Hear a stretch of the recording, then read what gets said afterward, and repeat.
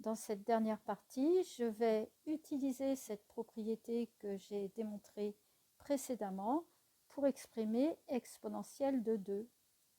En effet, 2, c'est 2 fois 1, donc exponentielle de 2 fois 1, je vais pouvoir utiliser exactement ce qui est écrit là. Autrement dit, cela devient exponentielle de 1 au carré. De même pour exponentielle de 3 qui est égale à exponentielle de 3 fois 1, donc je me retrouve avec exponentielle de 1, cette fois-ci, au cube.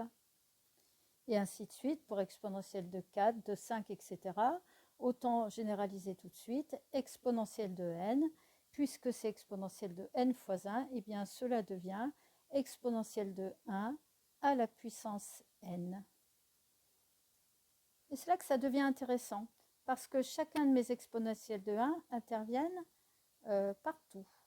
De plus, mes exposants sont présents bien sûr à l'intérieur de l'exponentielle, puisque ce sont les nombres entiers, mais aussi dès le démarrage. Alors, puisque cette exponentielle de 1 revient si fréquemment, on décide de lui donner un nom. On la note E. Ainsi, l'exponentielle de 1 est égale à E. Mais alors, l'exponentielle de n, l'exponentielle de n, c'était exponentielle de 1 à la puissance n, donc ça devient E exposant n. Alors, rappelle-toi que ces n, ce sont des entiers naturels. Cependant, cette notation est tellement pratique qu'on va l'étendre à tous les réels.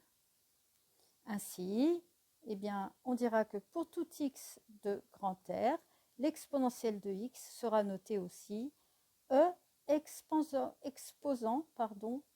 x. Ainsi, l'exponentielle de 0 eh bien, sera notée E exposant 0 et elle vaut 1.